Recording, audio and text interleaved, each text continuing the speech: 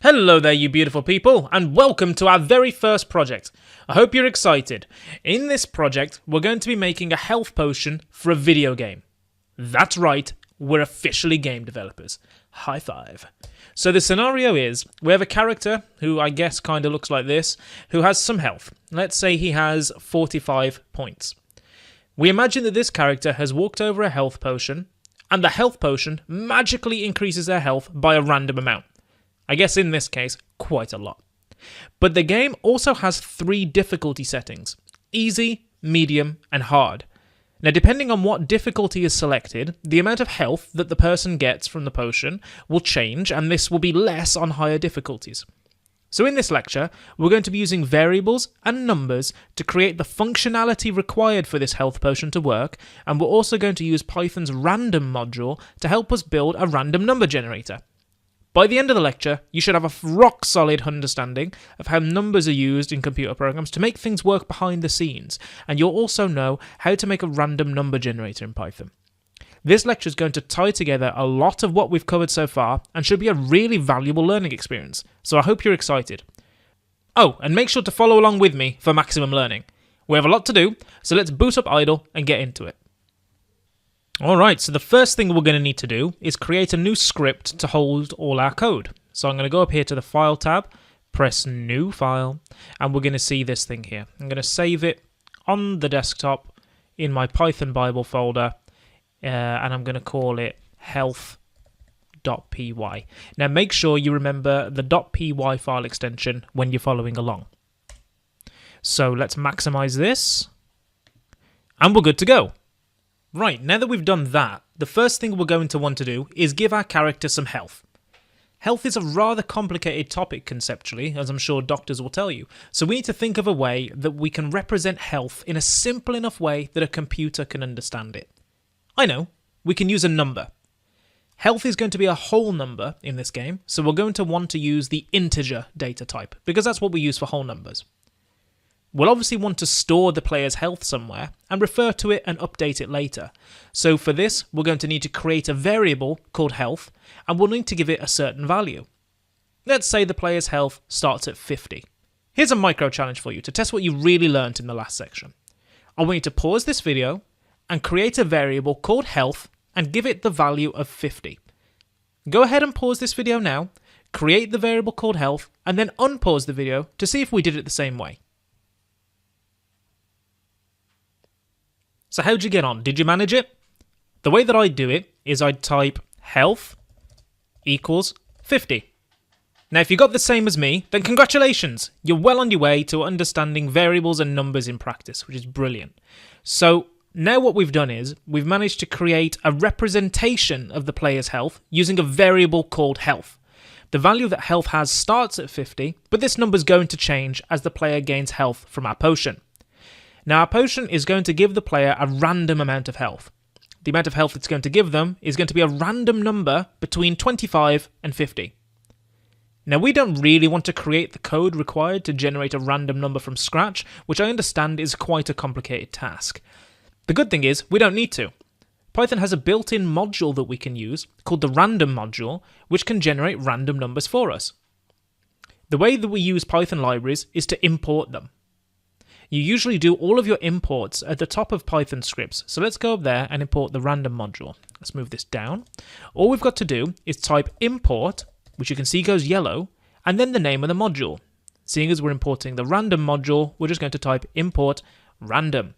And say when I save the file, that's going to allow it when it runs for Python to import that file. So perfect. One thing that you should notice is the way that the import word here went yellow. This is idle's helpful way of showing us that import is an important word in Python, or a keyword, and this colour highlighting can be useful when checking for spelling mistakes. So let's say, for example, I forgot the R, and I put import. You can tell that now that it's gone black, which would let me know that potentially I've made a problem, instead of because I was expecting it to be yellow. So let's have a look at the Python random module and what it makes available to us. One way to do this is we can open up the Help tab inside of idle, and click on this Python docs link, or you can press the F1 key on your keyboard for a shortcut. Either way, we're going to see a window that looks something like this pop up, and this contains all the Python documentation. This documentation details all the built-in modules and functions that are available with Python and other useful pieces of information. So it's a great resource. Now at the top here, as we're looking for a random module, we're going to click Modules. And here's an alphabetical list of all the modules, which is quite convenient for us to browse. Now as we're looking for the random module, let's click the letter R here and see what comes up. Awesome, the R's not that long, and you can see random is right at the top, so let's click on that. And this has opened up the documentation for the random module. As you can see in here, we have all sorts of useful information, which you can browse through if you wish, but to save us some time, I'm just going to show you the randint function. So when I browse to that, here it is. So random.randint. So this function will give you a random integer. Okay, and it gives you the information here on how it works. It's going to return a random integer, what they're going to call n, such that n is between a and b, but it can be equal to both of them. So it's probably a bit easier if I show you what this is in practice. Let me just show you how this works. So let's head over to the shell. Where's the shell? Let's type it in here, don't I? Let's open up the shell. This is different to our script, by the way. This is just the raw Python shell. If I type import random, okay, that's worked. That's fine. We haven't got any error. Now I want the randint function. So for that to work, I have to type the module name, then a full stop or a period, and then the function that I want to use. So random.randint, and let's say I put, I don't know, 10 and 20. Okay, so Python has given me a random number between 10 and 20 that can be equal to both. So if I just run that again, random.randint, let's say 10 and 100. You see, it's given me 45. So basically, this is just going to be, and if I type that again, 56, 54. By the way, this is a useful time to mention. On the shell, if you want to just repeat a command, put your cursor here, hit the enter key, and it will copy and paste it to the next line. But as you can see, it's giving us a random number between 10 and 100. So that's quite useful. Now, if you remember, I said that we wanted the health potion to generate a random health value between 25 and 50 and store that in another variable. So here's another micro challenge for you. I want you to create, on another line here, to create a variable called potion health and set that equal to a random number between 25 and 50 using the random module's randint function. So pause this video now and go ahead and try to use the randint function to create a variable called potion health that is between 25 and 50. How'd you get on? Did you manage it? Well, here's how I would do it. I would type on this line, I'd type potion underscore health because, well, first of all, we can't have a space in our variable names. And this is the convention for how you name your stuff, all lowercase with underscores for spaces. And I'd assign that a value, a random value between 25 and 50. So to do that, I need the random.randint function. And to have it between 25 and 50, I give this 25, 50.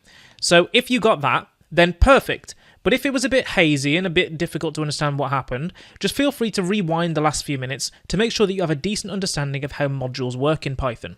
Just as a quick overview of how it works, we've imported the random module, and which you can see is the same here. And inside the random module, there are loads of functions, one of which is called randint.